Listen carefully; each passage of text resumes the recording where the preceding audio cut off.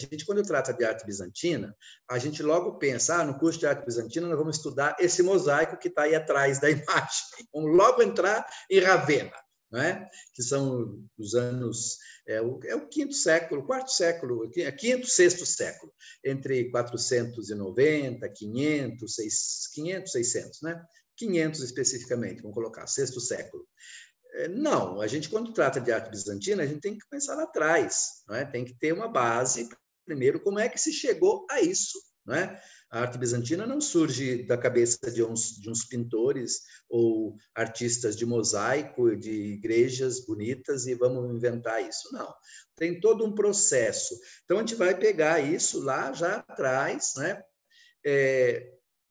Entendam bem, eu vou fazer alguma referência ao curso passado, nós fizemos, mas mesmo quem não fez, não se sinta excluído, não é? Mas são referências que são fáceis de serem entendidas. A gente falou das catacumbas, né? Então, nós vamos pegar agora nosso curso, e nesse curso, né, assim, da liberdade da igreja com Constantino, 313, em diante, não é? Porque com Constantino, com a liberdade da igreja, a igreja deixa, assim como já havia deixado a sinagoga, quando sai de Jerusalém, quando há o concílio de Jerusalém no ano de 49, e vai para o mundo o mundo do Império Romano, né, o mundo helênico, a igreja tem uma outra visão do mundo. Também, com a liberdade constantiniana, a igreja deixa, me entendam bem, ela deixa a catacumba. Não é que a igreja, quase diríamos, a arte cristã deixa a catacumba, porque até então era uma arte, digamos, escondida, até temerosa de mostrar o rosto, de mostrar a sua face, não é? Então, a gente vai começar desde Constantino, e com Constantino todo o processo que vai gerar justamente essa nova arte, essa arte que é uma arte imperial, que é uma arte majestosa, não é? Que é uma arte extremamente, digamos, rica, solene e com cânones, basta dizer, já digo, né, nessa imagem ali atrás, aquele fundo dourado, não é? Quer dizer, a coisa mais preciosa que existia, ela era utilizada justamente para representar o céu, não é? Como um desejo humano de um cristão, que ele tivesse esse desejo, essa vontade, esse elan de buscar aquilo que é o mais precioso. Então, é uma arte que vai, aos poucos, se desenvolvendo. Claro que, para que essa arte se desenvolva, a gente não pode esquecer que há todo um contexto político, social, econômico, que é justamente o quê? É a queda do Império Romano, não é? E aí a gente quase poderíamos dizer assim, nós tratamos da arte bizantina, que em tese, assim, quase diríamos, para iniciantes, é uma arte só do Oriente. Tá certo. As maiores expressões que houve na história da arte bizantina, de fato, grande parte encontrou-se, eu digo encontrou-se por quê? Porque muita coisa foi destruída. Justamente que não nos esqueçamos que essa região toda da antiga Bizâncio, e a gente já fala bizantina por causa de Bizâncio, ela foi toda, assim, invadida, ocupada, sendo politicamente correto, mas ali não é ocupação, é invasão mesmo, pelos árabes, não é? Pelos turcos, pelo Islã, e destruíram o que podia ser destruído em termos de igreja, transformaram muitas igrejas em mesquitas, né? Então, a gente não tem muita coisa no Oriente, mas a referência ainda é o Oriente, embora tenhamos, ali a gente vai ver, Ravenna não é no Oriente, Ravenna é no Ocidente. Ravenna é próximo, nós estávamos falando ali, é próximo de Veneza, de Pádua, não é? Mas é um pedaço do Oriente no território ocidental, e a gente nós vamos até nos perguntar e buscar nos responder. E como é que se deu isso? Não é? Como é que esses mosaicos belíssimos, de um estilo claramente oriental, como é que eles se encontram em pleno Ocidente? Então, nós vamos trabalhar um pouquinho isso, né?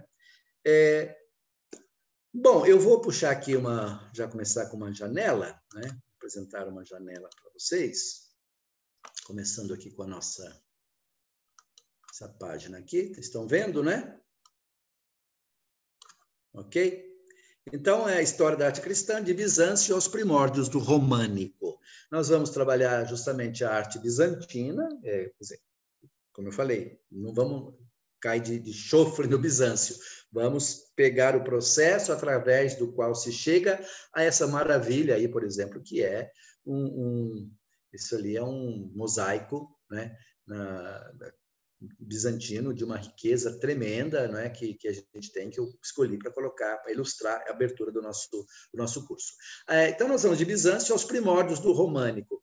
O que significa primórdios do românico? É que, enquanto a arte bizantina está se desenvolvendo no Ocidente, com as invasões barbáricas, com a queda de Roma, me entendam bem, não é que não tem arte, porque a arte é tudo aquilo que o ser humano realiza, tudo aquilo que o ser humano produz, né? Buscando a beleza, buscando o belo. Então, também os povos bárbaros, e mesmo aqueles que resistiram no Ocidente durante as perseguições, durante as invasões barbáricas, ou a ocupação barbárica, também chamada de migração dos povos, né? Também produziram arte, mas muito menos intensa do que em Bizâncio, né? Então, a gente vai entrar um pouquinho também nesse período ali que alguma coisa foi produzida, principalmente nos mosteiros, porque nos mosteiros, os monges foram os promotores, foram os guardiães de toda a cultura que veio do mundo greco-romano, do mundo do Império Romano. Essa cultura toda foi preservada nos mosteiros, também através dos manuscritos, não é? Das iluminuras. Então, a gente vai trabalhar um pouquinho essa passagem, não é? No Ocidente, até o surgimento de uma arte própria do Ocidente, que é justamente o período românico, não é? Não vamos aprofundar, vamos dar algumas pinceladas, não é? Mas nós vamos investir mais no desenvolvimento sobre Bizâncio, ok? Continuando as nossas... vamos ver aqui se vai para frente, não está indo. Vamos lá. Próximo slide. Tá. Então, antes do terceiro século, vejam bem, quando a gente fala terceiro século, não é o ano 300, é o ano 200, né? Então, no terceiro século, ano 200, praticamente nós não temos representações iconográficas. Por quê? Porque justamente é uma igreja que está nas catacumbas, é uma igreja que está escondida. Mostrou o rosto, celebrou, é perigoso morrer, ser perseguido, não é? E aí a gente viu a arte das catacumbas, nós vamos pegar alguma coisa daquilo, ainda hoje, a gente vai ver um pouquinho de uma arte das catacumbas que começa já a se desenvolver, não é? Então, a gente não tem muita representação iconográfica até 200. A partir de 200 começa, então, a gente vai ter a arte das catacumbas, é uma arte funerária, não é uma arte de culto aos mortos, não é? Mas sempre na perspectiva cristã de uma morte que espera a vida. Então, uma morte que vai, vamos dizer, o morto ele está ali meio que em repouso, esperando, na fé, esperando de um dia ressuscitar. E aí todo o aparato cristão ele está presente justamente nessa arte das catacumbas, né? A gente vai ter ali momentos em que as famílias se reúnem, né? E não é uma arte pública, primeiro, de novo, é uma arte escondida, né?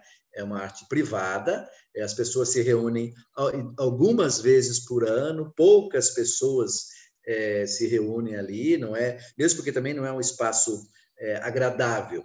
Né? Já disse várias vezes aqui, essa ideia de falar da Igreja das Catacumbas, que ali os cristãos se reuniam para celebrar e viviam escondidos ali, isso não tem base histórica. Não é? A Igreja das Catacumbas, em alguns momentos, se celebrava a Eucaristia em alguns espaços um pouco maiores, que ainda hoje chegaram até nós, esses espaços maiores, a tumba dos mártires, né? Mas uma outra vez só. Não é um local de esconderijo, tá? Isso não quer dizer que, eventualmente, um ou outro tenha se escondido ali, né? Mas, então, essa arte catacumbária, ela é uma arte que se desenvolve dentro desse espírito, tá? Isso aí, de novo, também não é só em Roma. Nós víamos no encontro passado, no curso passado, que na Síria, em Antioquia, em Jerusalém, no norte da África, vamos voltar no nosso curso aqui ao norte da África também, vamos falar do norte da África, né? Que havia representação, né? Também nas catacumbas. E uma outra representação que nós tratamos bem também, vamos tratar um pouquinho hoje também, é os sarcófagos, né? E essas pinturas, elas tinham, assim, digamos, havia uma própria teologia que ainda estava em formação. Isso também é importante, né? Não há no século III, no século IV, não há ainda uma profunda reflexão teológica. Nós temos escritores, a chamada patrística, os padres da igreja, né? Mas a teologia ela ainda está se desenvolvendo e ela vai se desenvolver mesmo tendo uma base, tendo um aparato doutrinal. Isso vai começar a ser elaborado justamente com a liberdade constantiniana. A gente vai falar depois dos concílios. O primeiro concílio é justamente o concílio de Nicéia, organizado, convocado, bancado, patrocinado por Constantino, pelo imperador, não é? E determina justamente o elemento fundamental da nossa fé, que Jesus Cristo é plenamente Deus, combatendo justamente a heresia ariana, não é? De que Jesus, Ario dizia que Jesus ele não era totalmente Deus, seria quase que um semideus, não é? Justamente para combater a ideia de dois deuses. E aí entra o Espírito Santo, então aí a coisa complica mais ainda. Mas a igreja vai reafirmar, através justamente dos concílios, né? O primeiro é o concílio de Nicéia, 325, a gente vai ter o concílio de Constantinopla, 380, que vai definir a divindade do Espírito Santo. 351, a gente vai ter nós vamos ter esses 4 concílios, 325, depois 431 nós vamos ter o concílio de Éfeso, e depois em 451 o concílio, só um momentinho, vamos ter o concílio de Calcedônia. Esses 4 concílios, nós vamos ver depois, são tão importantes na história e são comparados por Gregório Magno aos 4 evangelhos, né? Então, só para dizer, é um momento ainda, teologicamente, digamos, de elaboração. Isso também aparece na arte, não é? E nós vamos ver depois, na arte bizantina, ela vai já se valer dessa teologia, ela vai se valer já dessa doutrina, por exemplo, concretamente falando, né? Jesus Cristo é Deus, e em alguns momentos ele vai ser representado como um Deus todo-poderoso, né? Jesus, se não o Jesus de Nazaré, o Jesus humano, nós dizemos o Jesus histórico, é o Jesus poderoso, justamente aí o Pantocrator, né? Então, isso também é um dado interessante na questão de uma teologia que está se desenvolvendo, né? Já falamos, então, dos sarcófagos, né? Os sarcófagos também, eles são, assim, se desenvolvem mais a partir justamente da liberdade constantiniana, e ali esses sarcófagos também vão entrando, vão assim, aos poucos, criando possibilidades novas, através justamente do alto relevo, né? Mostrando possibilidades novas nesse cristianismo. Importante lembrar o seguinte, né? Aqui um dado que é fundamental é o seguinte: a arte que nós temos nas catacumbas, ela é uma arte muito próxima ainda do mundo helênico. Então, se vê nas catacumbas elementos, quem participou do curso anterior percebe, né? Lembra-se, né? Temos várias representações muito próximas, muito parecidas, por exemplo, com Pompeia, os afrescos de Pompeia, de Herculano, os motivos, né? Pássaros, a psique, inclusive aquelas paisagens assim idílicas, ovelhas, etc. Então, se usa ou se emprega muito nessa arte das catacumbas, ela é uma arte ainda muito que deve muito ainda ao mundo helênico, né? Ao mundo romano, né? E diga-se de passagem, uma arte caracterizada por inspiração de um mundo romano que já também estava meio que em decadência. Quer dizer, a arte romana já não é mais a arte do auge do mundo helênico, do mundo grego. Por volta dos anos 200, 150, 200, 300, a arte romana também, ela já está meio que perdendo aquele elan, né? Buscam-se novas possibilidades também para a arte romana. O cristianismo, ele se vale também desses elementos do mundo romano. É interessante também que a gente vai... as catacumbas, a partir do momento que temos a liberdade de Constantino, as catacumbas continuam. Não é que, a partir de 313, Constantino deu liberdade aos cristãos, fecham-se todas as catacumbas e começa-se a criar cemitério fora das catacumbas, nas igrejas, etc. Não, as catacumbas continuam, mas há um avanço no modo de se representar o cristianismo na arte das catacumbas. Já não são mais aquelas pinturas mais simples, aquelas pinturas mais espiritualizadas. Já há um certo, digamos, aprimoramento nessas pinturas, né? E aí vamos passar para o próximo aqui. Eu consigo... Aqui. O século III é um repertório bastante... O século IV, desculpa, ano 300, um repertório limitado, elementos do politeísmo circundante, que são lidos e ressignificados à luz da fé cristã. Na verdade, aqui é uma síntese também, fazendo um link com o curso passado, né? É uma arte em construção, assim como a própria teologia cristã e todo o arcabouço teórico e dogmático doutrinal cristão ainda estão em elaboração, né? Então, a arte catacumbara não foi concebida para fazer propaganda do cristianismo para o grande público, revela uma comunidade de fé que está se formando, tomando consciência do seu lugar na sociedade romana, e a representação imagética vai cada vez mais se tornando identitária e marcante a partir da paz constantiniana. E aí, a gente tem, a partir da paz constantiniana, a partir de meados do século IV, 330, 350, já existe uma maior sofisticação pictórica. Por exemplo, quem fez o curso lembra-se provavelmente dessa imagem, né? A Orante, da Catacumba Maior, é uma catacumba importante lá em Roma, né? Percebam que já não são mais simples traços, é um artista que elaborou esse quadro. E é interessante que aqui já aparecem elementos assim típicos que vão depois aparecer nos mosaicos bizantinos, né? 100 anos, 150 anos depois.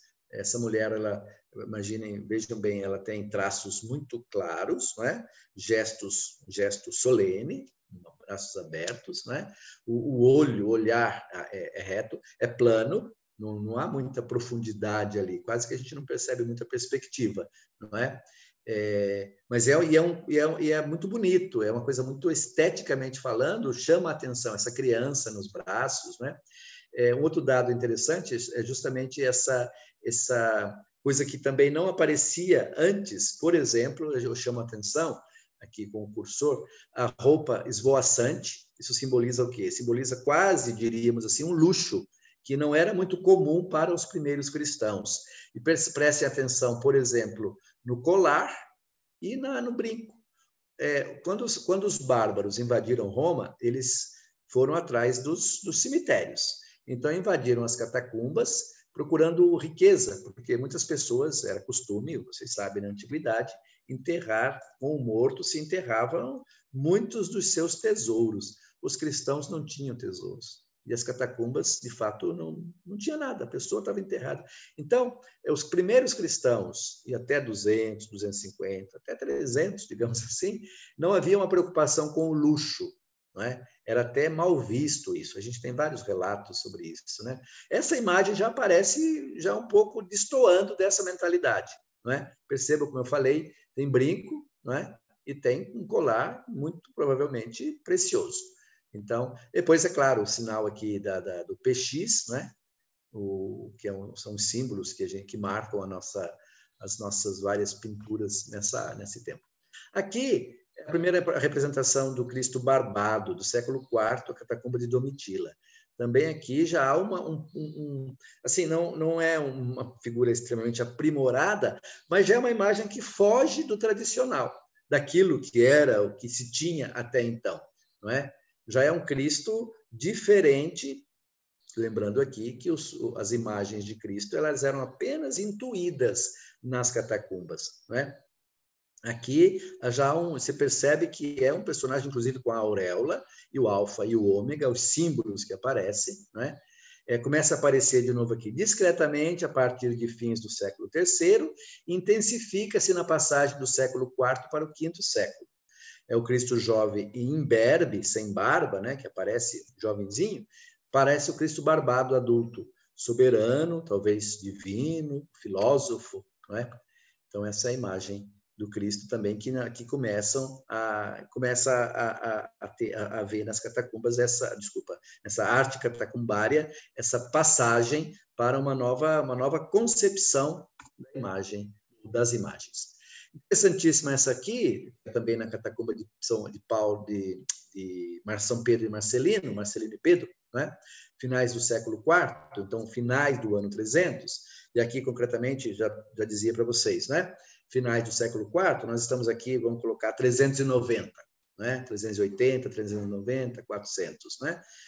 Uma pintura dentro de uma catacumba, praticamente, digamos, 70 anos, vamos colocar aí, depois da liberdade aos cristãos. Então, ainda, durante 70 anos, se enterrou pessoas nas catacumbas. Por isso que eu reafirmo. Catacumba não era só para esconder para o esconderijo dos cristãos durante as perseguições, ok? Então, essa é uma prova concreta que no século IV, praticamente no ano 400, ainda havia pintura nas catacumbas e havia o uso das catacumbas. Mas percebam que ela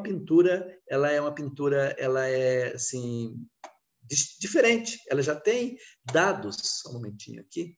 Tem dados bem distintos daquilo que nós conhecemos das catacumbas, não é? É Cristo entre Pedro e Paulo, não é um pantocrátor ali, mas já é uma pessoa de destaque, é uma pintura que destaca a figura de Cristo, não é? E é interessante esse detalhe que vai ser muito presente em várias pinturas, que Paulo sempre tem essa barba meio cônica, em forma de cone, que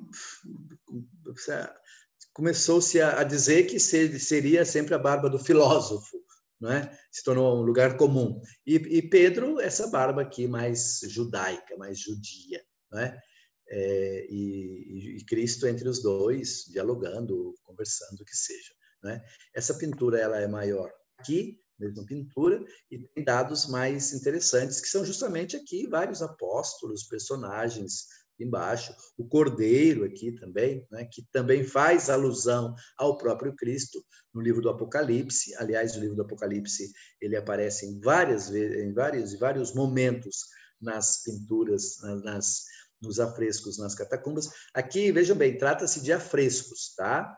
Não são... O que é afresco? Afresco é uma pintura feita enquanto está o cimento, o cal ali, aquela massa está fresca, se aplica a tinta e se faz os desenhos, e quando seca, aquilo fixa, né?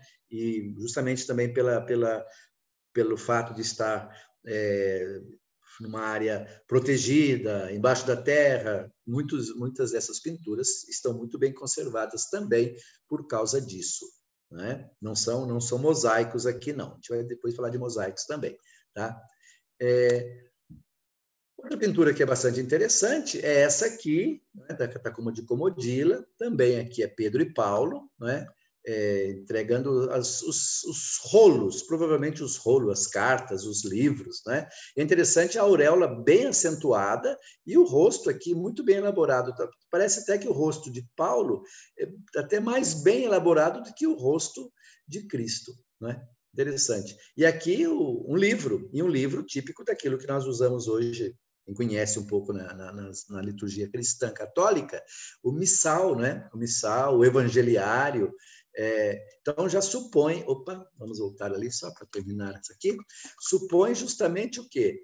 Supõe que, claro, não havia a imprensa, né? Era tudo manuscrito, pergaminho, o papiro, né? A maior parte, né? Mas estamos falando aqui do ano 400, né? Mas já há uma certa... Eita, uma certa...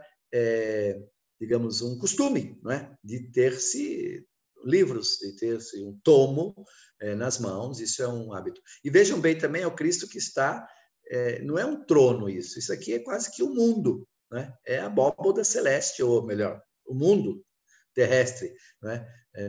Provavelmente aqui aparecia alguma coisa da abóboda celeste, mas não temos muito como dizer, porque está meio deteriorada essa pintura.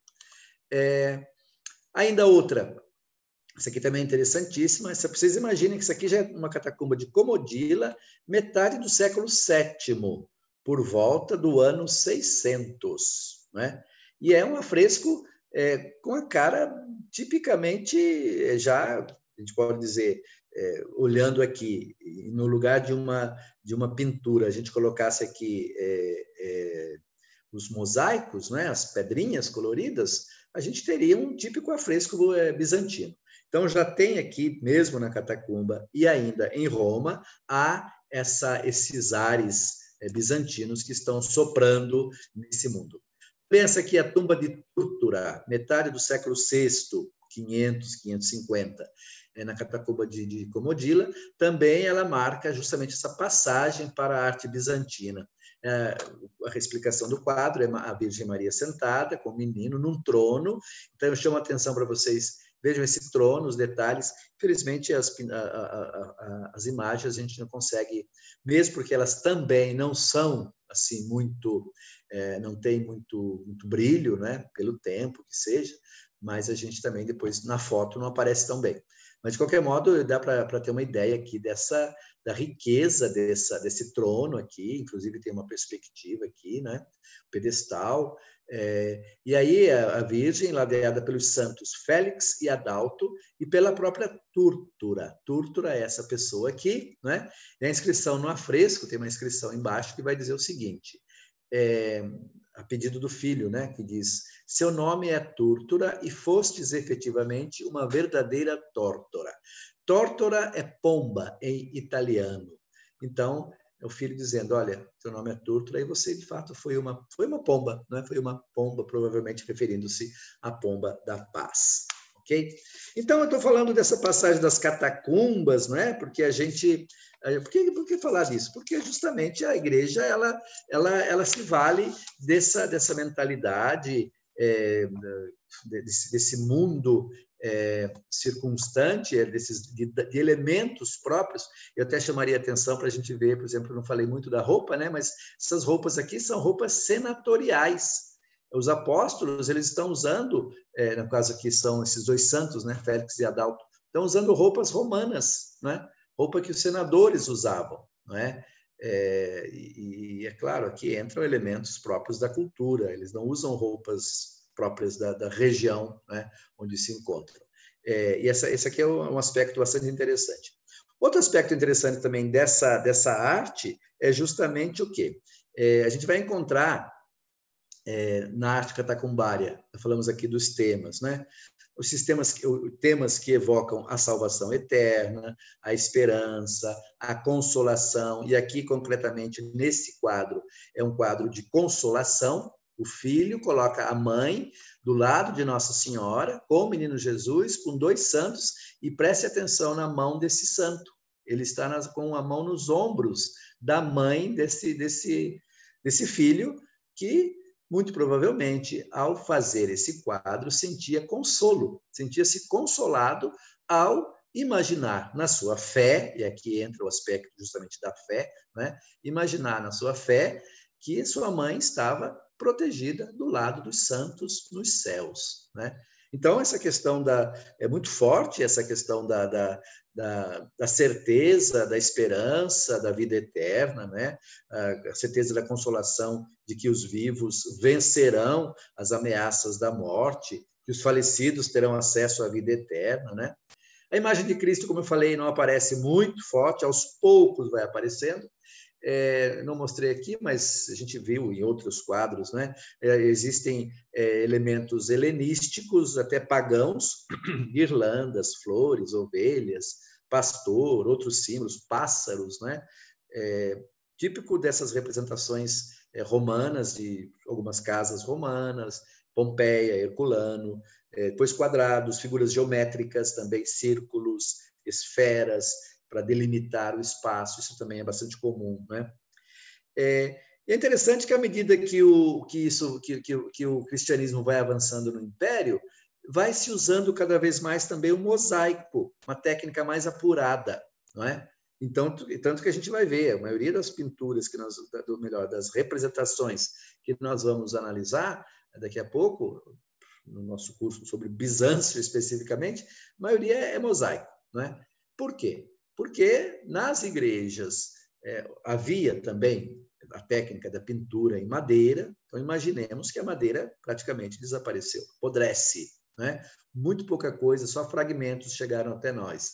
Nas paredes, muita coisa foi destruída. O mosaico permanece. A gente vai ver alguns exemplos ali de alguns lugares em que foram raspadas, foram tiradas as pedrinhas, sabe-se lá por qual motivo, ou pela invasão islâmica, ou pela invasão barbárica. Mas o mosaico é um pouco mais resistente. Então, a gente vai ter um pouquinho essas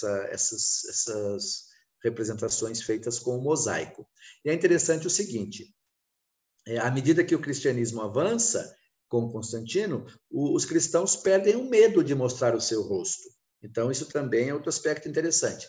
Perdem o medo de mostrar o rosto, é uma arte, aqui quase que introdutoriamente falando, é uma arte que vai se associar ao poder, vai se associar ao império, vai se associar às famílias poderosas. Na verdade, não é que vai se associar, é que muitas dessas famílias, nós vamos ver, se o imperador é cristão, é natural que senadores e prefeitos e pretorianos e generais também o sejam, né? E muitos desses vão empenhar-se também no mecenato cristão. O que é mecenato? Mecenato vem de mecenas.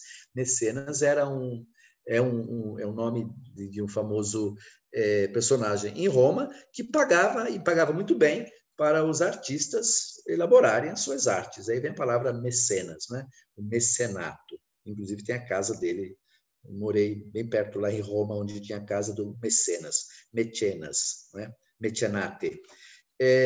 Então, o cristianismo ele começa aos poucos, à medida que avança no Império, a gente vai perceber assim, praticamente os cristãos perdem o medo de mostrar o seu rosto, e a arte cristã vai estar presente em muitos lugares. Eu vou ler um texto que achei muito interessante, vamos ver aqui, um texto de Astério de Amaceia, do Plazaola. Depois esse texto eu vou passar para vocês, tá? É a página 79, onde o autor, um personagem, ele vai falar justamente desse costume das pessoas, dos cristãos. Nós estamos aqui no século IV, portanto, vamos colocar aqui 350, chutando, né? Ele vai dizer dessas pessoas que usavam figuras cristãs pintadas nas suas roupas. Depois vamos comentar sobre isso. Então, vamos lá. Astério de Amaceia, século IV. Existem pessoas, homens e mulheres, que, abundando em riquezas e querendo parecer religiosas, proporcionam aos tecedores dos seus vestidos argumentos, assuntos sobre a história evangélica, a história de Jesus e a história dos seus discípulos. Ali você pode ver as bodas de Caná da Galileia, com seus vasos, pode ver o paralítico levando sobre os seus ombros a sua caminha, pode ver o cego de nascimento que foi curado com barro, e a mulher que padecia hemorragias, estendendo o seu braço e logo confessando o seu pecado, Lázaro saindo redivivo do sepulcro. E ao carregar esses vestidos, pensam que obram piedosamente e que, vestindo-se assim, levam um tipo de vestido que agrada ao Senhor. Porém, se percebessem bem ao que os digo, venderiam os seus vestidos e socorreriam a quem as suas imagens, e socorreriam a quem são imagens viventes de Deus. Não te coloques a pintar a Cristo. Bastante foi para ele a humildade de tomar a forma corporal que voluntariamente tomou por nossa causa. Veste melhor em tua alma e de maneira espiritual ao verbo incorpóreo. Não leves o paralítico em teus vestidos, mas busca melhor ao enfermo que sofre. E por aí vai. Patologia grega, 40, página 167, esse texto. É interessante lembrar aqui o seguinte, quer dizer, contextualizando aqui esse texto, está em espanhol, né? Mas depois eu vou traduzir para vocês e coloco em português. Ele está criticando as pessoas que fazem vestidos com imagens que a gente viu bastante nas catacumbas, né? Quem fez o curso, né? Jesus e os apóstolos, a mulher curada da hemorragia, Jesus curando com barro, Jesus e a pecadora, a cura de Lázaro. Então, parece que isso era feito nos vestidos, tipo pinturas ou bordados, não sei explicar. Não chegou nada até nós, tá? Não temos nada, nenhum testemunho concreto, mas temos o texto. Então, é de se acreditar que as pessoas faziam isso, não é? E aí ele vai dizer, olha, não tem sentido, guarda o dinheiro e ajuda concretamente um pobre, né, que você está pintando na sua roupa, ajuda o pobre concreto. Né? Mas é só para dizer que, de um certo modo, as pessoas estão já no tempo de Constantino, isso aqui estou falando depois da perseguição, quando a igreja já ganha a sua liberdade, a partir de 313, os cristãos perdem o medo e começam a... E aí, esse detalhe aqui, esse texto, não é? Esse testemunho escrito, esse documento dos primeiros, sobre as primeiras representações livres dos cristãos, isso vai se refletir também nas igrejas. Por quê? Nas igrejas, nos monumentos que aos poucos vão surgindo, a gente vai ver depois quais são, né? É natural que também apareçam, com certeza, eu digo com certeza, por quê? Porque praticamente nada chegou até nós, né? Mas com certeza também eram esses os motivos. A gente tem dados escritos, né? Relatos de alguém, olha, naquela igreja bonita, encontrei lá a figura de Jesus curando o paralítico, Jesus ressuscitando Lázaro, das bodas de Caná. Então, as pinturas a gente tem relatos, mas concretamente falando, pouquíssima coisa chegou até nós, ok? Uma outra coisa que eu achei interessantíssima e que valeria a pena a gente destacar são esses mosaicos, aqui já tratamos de mosaicos, é uma chamada Casa Cristã de Aquileia, Aquileia na Itália, norte da Itália, né? Melhor, não é norte da Itália, Itália Central para o sul, né? Aquileia, norte da Itália. E do século IV, por volta do ano 300, são pinturas muito interessantes, são imagens muito interessantes, mosaicos, digamos, com motivos cristãos, logo a gente vai destacar isso, mas ao mesmo tempo também cheio de motivos pagãos, o que não era um problema, né? Vamos ali. Esses mosaicos dessa casa, hoje é uma basílica de Aquileia, né? Então, isso aqui está no chão, no piso, né? No chão dessa casa, era uma casa. E quem fez o curso com a gente já pode me dizer o que representam essas pinturas ali, essas duas pinturas especificamente. Quem pode falar para nós ali? Abra o microfone e diga.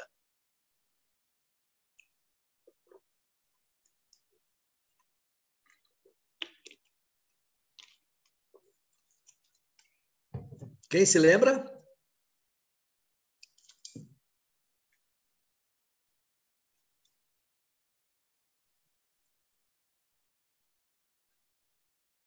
Vamos lá?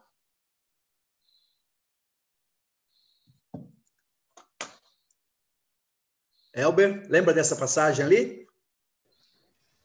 Sobrou para mim? Sim. Não me lembro.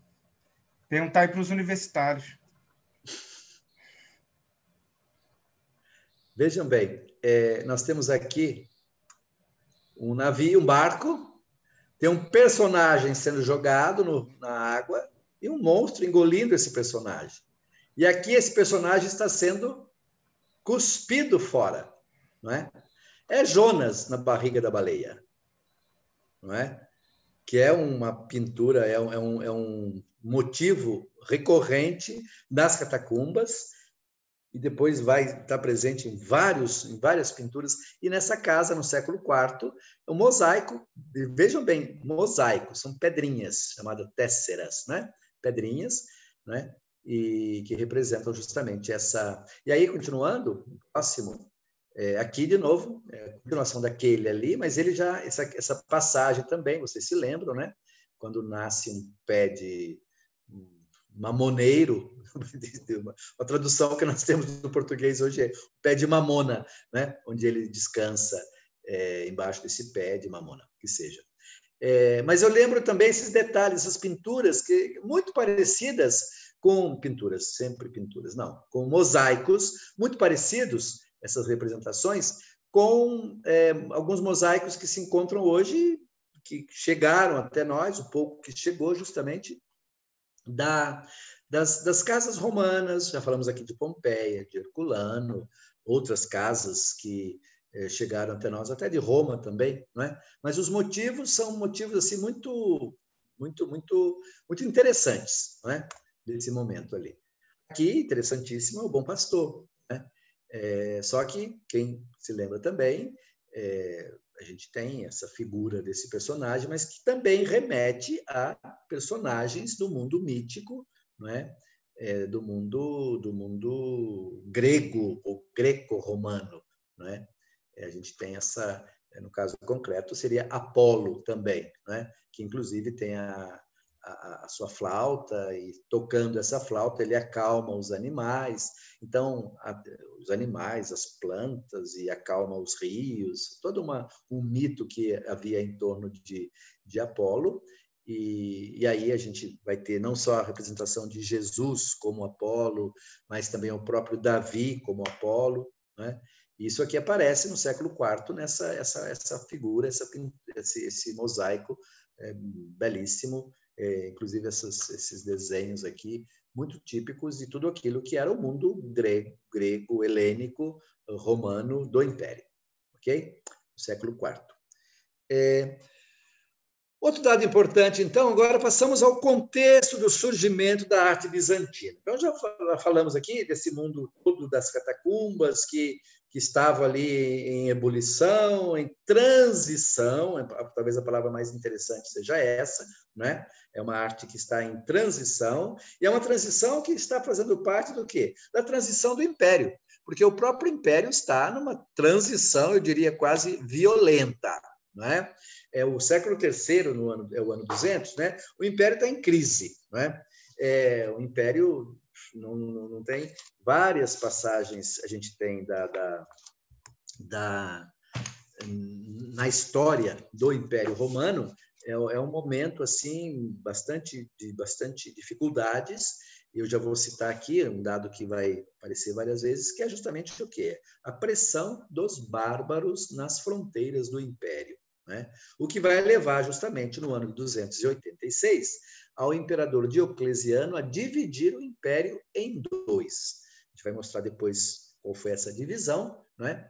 Para quê? Para facilitar a administração. Né? E após a divisão do império, para fazer frente às crises, né? Esse império de dois foi dividido em 4. Então, o Ocidente e o Oriente, o Ocidente parte norte e sul, e o Oriente também parte norte e sul. A gente vai ter essa divisão chamada depois de tetrarquia. Não é? Em 313, quer dizer, essa tetrarquia também não vai resolver muito a situação, não é? O império dividido em 4 partes para uma melhor administração também não resolve a situação. Em 313, a gente vai ter, em função de questões políticas e também das dificuldades administrativas, das invasões, das lutas internas, das rebeliões internas do próprio império, da própria carestia, inclusive pestes que também aconteciam, pandemias que matavam muitas pessoas, né? Tudo isso leva a um caos. De um certo modo, esse caos favorece justamente a vitória.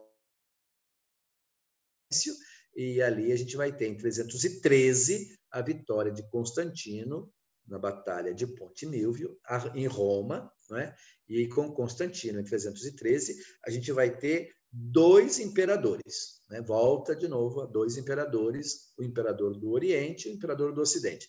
Do Ocidente é justamente Constantino. Né? E a primeira coisa que Constantino faz é dar a liberdade de culto aos cristãos. Né?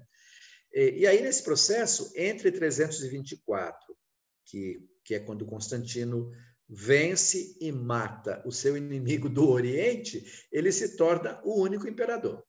Então, nesse processo de um imperador, 2 imperadores, melhor, um imperador, império dividido em 2, depois dividido em 4, voltamos a um imperador com Constantino. 324. Em 330, ou entre 324 e 330, ele constrói uma nova capital. A capital do império deixa de ser Roma e muda-se para um local que antigamente se chamava Bizâncio, que vai começar a se chamar Constantinopla. Ok? A gente vai ver no mapa direitinho. E hoje, onde é que é Constantinopla? É a cidade de Istambul. Istambul é a capital da Turquia, ok? Então, ali Constantino constrói ali o que ele chama de a Nova Roma, que vai se chamar justamente Constantinopla. Imaginem vocês que ele constrói uma capital ex novo, à sua imagem e semelhança, não é? Não era pouca coisa. E constrói tudo com o que de melhor existia no Império, em termos de mármore, de pedras preciosas, os melhores artistas, os melhores... E aqui entra também o aspecto religioso, tá? A gente vai chegar ali, beleza? Então, esse aspecto aí da mudança, a gente vai voltar um pouquinho aqui. Esse aqui é o mundo greco-romano, não é? A gente tem aqui, eu acho que é importante a gente dar uma olhada, a gente trabalha com mapas também, porque a gente tem que conhecer, quando falamos de arte, onde é que nós estamos agindo, né? Então, aqui, Roma, né? A gente tem aqui a cidade de Roma, o Império, então, vamos ver o mapinha daqui a pouco, ele vai ser dividido em 2. Então, imaginem vocês uma linha passando aqui, tá?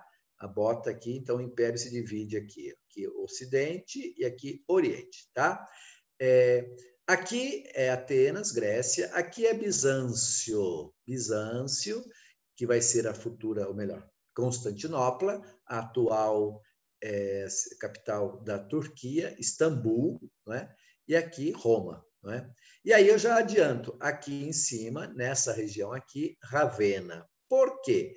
Porque com as invasões barbáricas, toda essa área aqui, ela está cheia de pessoas de olho nessas áreas e estão forçando as fronteiras, especialmente a Germânia, onde estão os germanos, ok?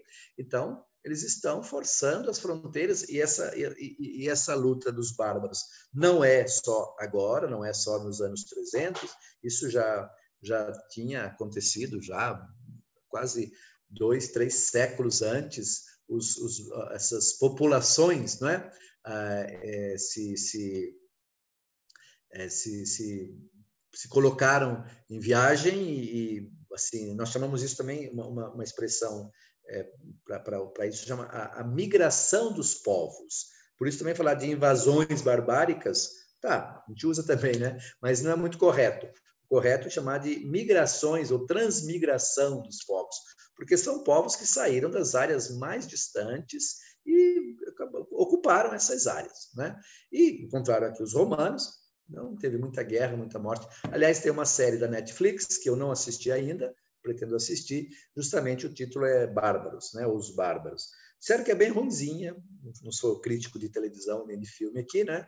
Mas narra uma batalha muito importante, a Batalha de Teutoburgo. né, que mostra já esse processo de vitória dos bárbaros sobre os romanos, né, porque os romanos começaram a perder. Esses povos cada vez mais pressionando. Justamente, então, em função disso, em função justamente dessa pressão, a mudança para Constantinopla, ou melhor, a mudança para a capital, na antiga Bizâncio, Constantinopla, significava uma maior proteção, uma maior capacidade justamente de proteger essas fronteiras, e ficava aqui um responsável, um delegado também no Ocidente, mas, à medida que os bárbaros avançam, a sede do império passa a ser em Ravenna, ok? Por isso a importância de Ravenna, com seus mosaicos maravilhosos, que nós vamos ver depois, tá? Então, quando a gente fala de império, de arte bizantina, grosso modo, me entendam bem, a gente vai ver depois outro mapa que eu vou citar ali, vou mostrar ali, ela se estende a essa área aqui, tá? Essa região aqui é a região da arte bizantina, beleza? Depois eu vou explicar um pouquinho melhor onde que a gente vai encontrar. E é claro, já falei aqui, Ravenna é um caso à parte, porque aqui Bizâncio, o imperador do Oriente, ele se fazia presente aqui. A gente vai ter alguma coisa também em Veneza, né? E no sul da Itália também, porque também o sul da Itália era, apesar dos bárbaros tomarem conta de quase tudo, o sul da Itália era a região próximo a Calábria, Sicília, era também uma área de dominação do imperador do Oriente. Então, aqui também nós vamos encontrar arte bizantina, ok? No mais, é um mundo bárbaro que vai tomando conta, e eu já adianto aqui, vou falar daqui a pouquinho, o mundo islâmico também, não nos esqueçamos, né? Aqui vai surgir aqui Maomé, 622 é fundada essa nova religião, em pouquíssimo tempo ela vai tomar conta de quase tudo aqui, vai chegar até a França, até Paris vai ser atacada, né? E depois vão acabar ficando aqui praticamente até 1490, toda essa área tomada, e hoje toda boa parte disso aqui hoje é tudo mundo islâmico, né? Não nos esqueçamos. Beleza? É muita informação que eu sei, mas paciência, precisamos delas. Aqui é um quadro mostrando justamente a tetrarquia. Isso aqui está hoje lá em Veneza, na Praça de São Marcos, próximo da Basílica de São Marcos, bem perto ali das gôndolas, né? Mármore, bem interessante essa. São os quatro, não são 4 imperadores, eu logo digo, são 2 imperadores e 2 Césares, né? Então, essa não vem ao caso aqui, mas só para a gente lembrar. Aqui é a divisão do Império, né? Isso aqui é em 395. Já havia sido dividido anteriormente, mas essa data, 395, também é uma data histórica para essa divisão. Então, imagine vocês aqui é Itália, Roma, aqui Constantinopla, isso aqui é o Mar Negro, não é? Todo o Mediterrâneo. Então, essa parte aqui é o Oriente e aqui o Ocidente. Mas também isso também vai logo acabar. A tetrarquia, só para a gente entender um pouquinho, então o Império dividido em 4. A Britânia, e essa parte aqui, era comandada por um imperador, que vem justamente a ser, nesse momento, o pai de Constantino, né? Aqui está ali, distrito de Constantino como César. Então, o pai de Constantino comandava aqui. Essa parte aqui, em azul, era comandada por Maximino, né? Como Augusto, como imperador. Essa parte aqui era a parte deixa eu ver, esse aqui é o Diocleciano, como Augusto, né? Diocleciano como imperador dessa área toda aqui. E essa parte aqui era a parte de Galério, né? Galério como César. Então, tem o César, tem o imperador Augusto e o César no Oriente, o Augusto e o César no Ocidente. Detalhes que, se esquecerem, não vai cair na prova, não se preocupem, mas são dados históricos que nos ajudam a entender um pouquinho a presença do Império Romano nessa área toda, tá certo? E a gente está falando aqui de finais do ano 200, 280, 290, 300, Constantinopla está aqui, né? Antes que eu esqueça, aqui temos Niceia, onde acontece o primeiro concílio, temos Calcedônia, onde vai acontecer o 4º concílio de Calcedônia em 451, né? Nicomédia, que era a sede do imperador, aqui há uma igreja que vai ser destruída, E é interessante que essa igreja ela vai ser destruída durante a perseguição de Diocleciano, o que significa o seguinte: mesmo durante o tempo da perseguição, havia igrejas cristãs, ok? Outro local onde vai ter uma igreja que a gente vai falar um pouquinho é Tessalônica, essa região aqui, né? Também tem uma igreja cristã muito interessante. Outra em Atenas também, que vai trabalhar algumas áreas aqui do... Então, essa aqui praticamente é a área da arte bizantina, ok? Vamos lá. Então, em 313, vitória de Constantino sobre Maxêncio. O império, a partir daí, começa a tornar-se cristão. Esse aqui é o arco de Constantino, que é um arco, assim, é um sinal da vitória, sinal justamente da vitória de Constantino sobre Maxêncio, mas também é o arco que representa justamente vamos dizer, a liberdade cristã. Esse arco está, não à toa, praticamente do lado do Coliseu. Quem conhece Roma sabe que o Coliseu está aqui pertinho, né, desse arco, marcando a vitória de Constantino. É interessante lembrar o seguinte, não é? Em 313, ele concede liberdade de culto aos cristãos, mas o paganismo continua muito forte, ok? E a liberdade, assim, desculpa, a gente chama isso aí da equiparação ao privilégio. Então, os cristãos vão se tornar os senhores do império só em 380.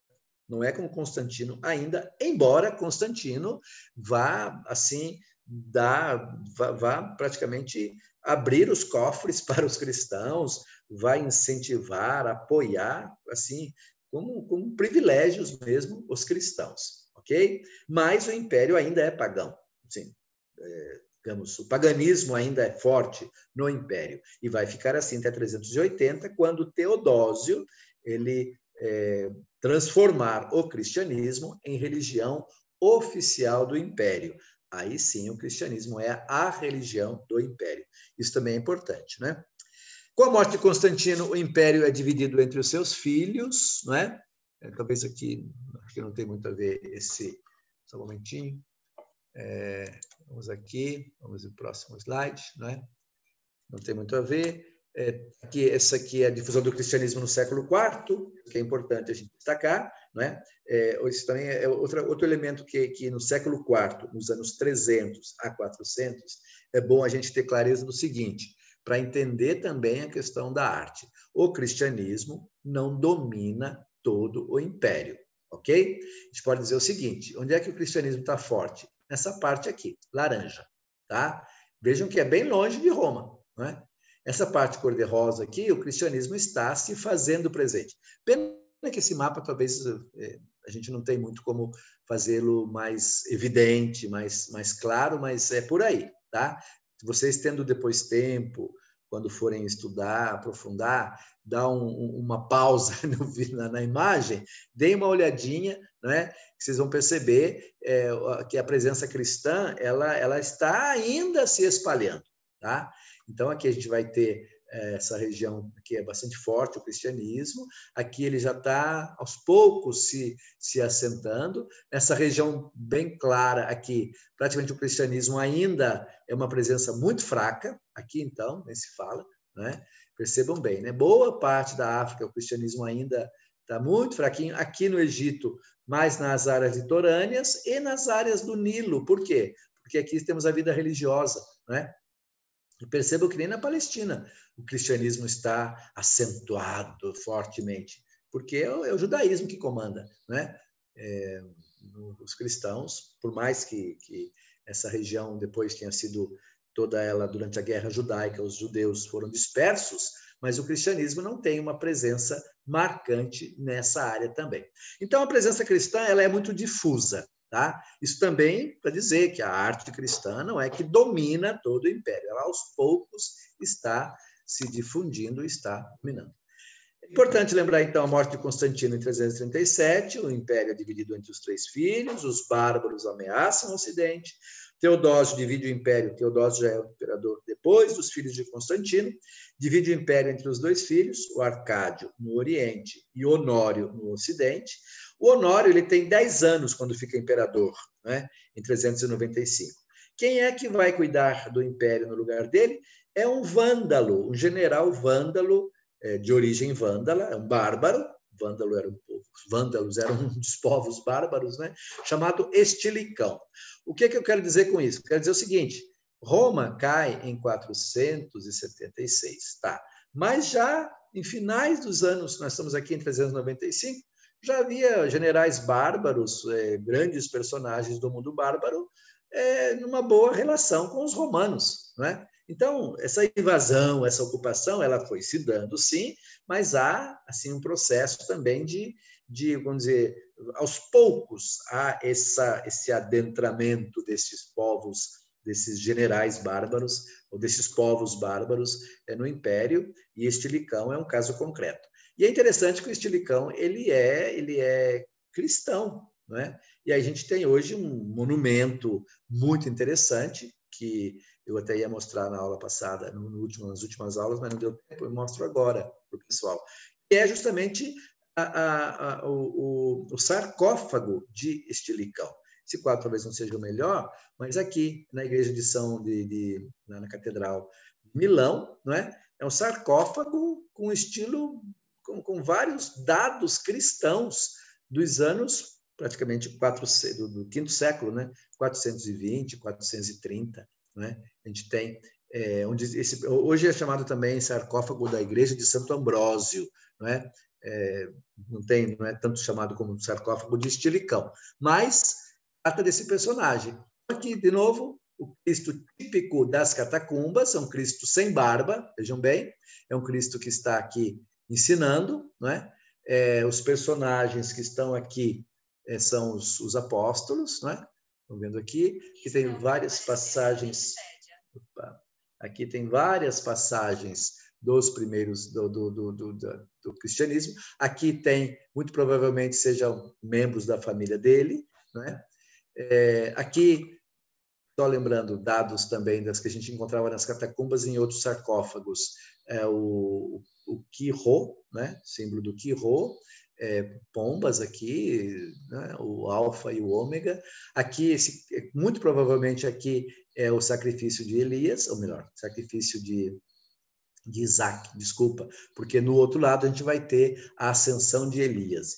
Então, aqui no sacrifício de Isaac, nós temos essa ovelha envolvida aqui, né, enrolada aqui, a criança, o jovem Isaac, que estava para ser morto, sem cabeça aqui, né? Os bárbaros devem ter quebrado a cabeça dele, não é? E outros dados interessantes dessa arte, que é uma arte de um mundo bárbaro, ou melhor, para um general bárbaro, mas que estava cristianizado. Aqui sim que eu me referia ao Elias, né? Elias subindo no carro, né, dos cavalos, puxando o carro de Elias. Aqui Adão e Eva, percebam, tem a serpente. É interessante, eu não vou aprofundar isso, porque não vem ao caso. Mas aqui Elias que deixa o seu manto, né, para Eliseu, e aí esses quadros aqui, esses detalhes, só para lembrar, eu acho que vale a pena, né?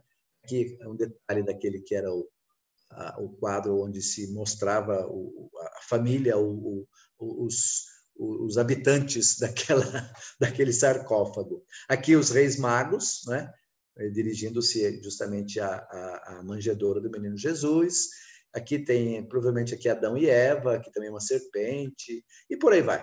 Então, só para lembrar um pouco aqui, uma outra imagem desse sarcófago, muito bonito, lembrar essa mescla entre o mundo bárbaro, de bárbaros no mundo cristão, que vão adentrando, e a gente vai ver depois o mausoléu de Teodorico, que é um rei bárbaro, e que é um mausoléu belíssimo, que tem aspectos em um bárbaro cristão também, né?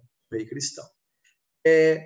Talvez que hora nós temos aqui? São 9h20, temos ainda alguns minutos. Essa passagem aqui, para mim, é uma passagem, essa citação do Georges Duby, é um livro que eu já coloquei ali, né? Nós já citamos, né? Para mim é uma citação bastante significativa desse momento de passagem que vai gerar essa nova arte, ok? Então, vamos lá. A tradição situa, no século V, a passagem da antiguidade para a Idade Média. Então, esse aspecto aqui é interessante. Quer dizer, a gente está ali saindo do mundo antigo, passando para a Idade Média. Ok? Nesse momento, a Europa não existe. Não tem Europa. A Europa é uma invenção posterior. Tanto que aqui, quando cai o Império Romano, os povos vão estar se digladiando entre si. Bárbaros de origem dos ostrogodos, dos lombardos, dos vândalos e por aí vai, brigando e cada um lutando, e quem vai levar a melhor vão ser justamente os francos, né? Então não existe uma Europa. Praticamente tudo o que o historiador é capaz de conhecer ainda se organiza em torno do Mediterrâneo, no quadro do Império Romano, século V, ano 400, 500, né? No entanto, o movimento em marcha há muito tende a desarticular tal quadro, afastando progressivamente a parte grega da parte latina. Então, essa separação entre Oriente e Ocidente, já nos tempos anteriores a Constantino, e Constantino conseguiu juntar, mas já Teodósio não conseguiu, tanto que separou de novo Oriente e Ocidente, isso vai acabar gerando, vai gerar toda uma série vai ter uma série de consequências e, consequentemente, possibilidades para a arte também. De fato, continuamos, né? É a leste que se encontram toda a vitalidade, toda a riqueza, toda a força, e ali a civilização antiga prossegue a sua história. Quando eu falo a leste, quando ele fala leste, é no Oriente, ok? A civilização antiga prossegue a sua história sem rupturas, né? Ruptura está errado. Ao passo que se desagrega a oeste, ou seja, na parte ocidental, que hoje nós vamos chamar de Itália, de França, de Espanha, etc., esse grupo todo se desagrega, desde sempre numa posição de fraqueza, onde o desmoronamento é precipitado pelas migrações dos povos germânicos. Deste lado, instala-se a desordem por 3 séculos, durante os quais se misturam os ingredientes de uma nova civilização, de uma nova arte. Então, ele coloca, né, essa confusão, talvez traduzindo um pouco, esses 3 séculos em que, a partir de 476, com toda a confusão gerada pela migração vejam que ele chama aqui, né, migrações dos povos germânicos, ele não chama de invasões barbáricas, né? A partir dessa situação, por 3 séculos, ele coloca ali, claro que na história não dá para dizer que são só 3 séculos, um pouco mais, um pouco menos, então praticamente de 400 até 750, 800, a gente vai ter o advento de Carlos Magno, né? O Ocidente fica meio que sem referências. Ao contrário, no Oriente, segue normal a vida.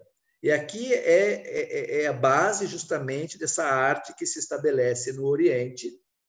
E aí, estamos chegando ao fim, né? Mas é importante a gente destacar isso.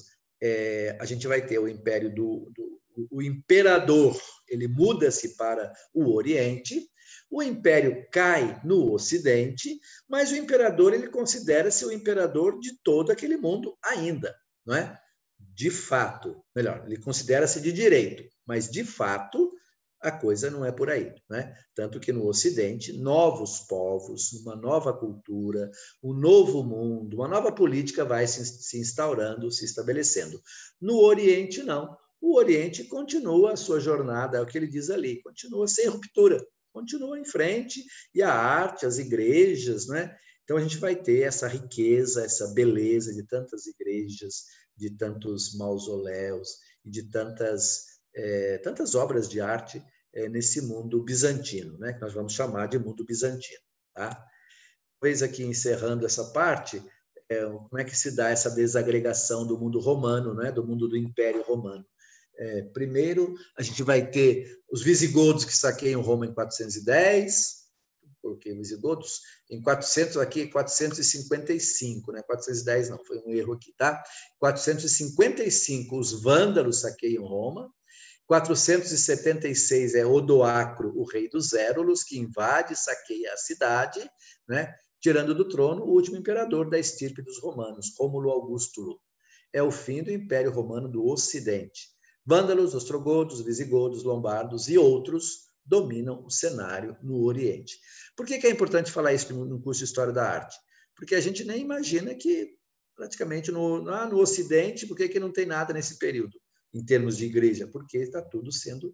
Primeiro, tem uma bagunça geral, não é? A gente pode dizer assim. E aos poucos as coisas vão se assentando e aos poucos vai se instaurando uma nova arte. No Oriente, o imperador considera-se o imperador de todo o império, inclusive do Ocidente. Sua presença no Ocidente é mantida através do exarcado de Ravenna, cidade no norte da Itália. Então, o imperador do Oriente, que é o imperador do Império Romano, né, ele se faz presente em Ravenna. Vamos ver depois as magníficas construções de Ravenna, no norte da Itália. Então, nós estamos no Ocidente, mas uma presença típica do Oriente. Então, aqui eu acho que explica, né? Por que Ravenna é uma coisa tão importante nesse processo da história bizantina. O apogeu do Oriente vai se dar com Justiniano. Ele assume em 527, vai até 565. É ali que nós vamos ter a Nova Roma, a capital artística do Império, a construção de Santa Sofia, que é melhor se dá um pouco antes, mas vai ser toda reelaborada aqui, né? Tanto que a gente tem ali a igreja de Santa Sofia, né?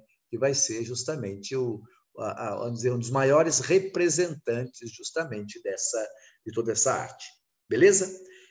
Eu termino aqui, já são 21h29. Não se assustem, mas não nos esqueçamos de algo importantíssimo, que é a expansão islâmica. Porque se no Ocidente, se no Ocidente nós temos os bárbaros, está tudo numa balbúrdia, numa confusão tremenda, no Oriente parece que está tudo em paz, só que esta ameaça começa também a partir de 622, e aí na aula que vem, na próxima aula, nós vamos tratar justamente da expansão islâmica. Por quê? Porque também o islamismo marca a arte, também o islamismo traz dados importantes para a gente poder compreender a arte bizantina. Ok?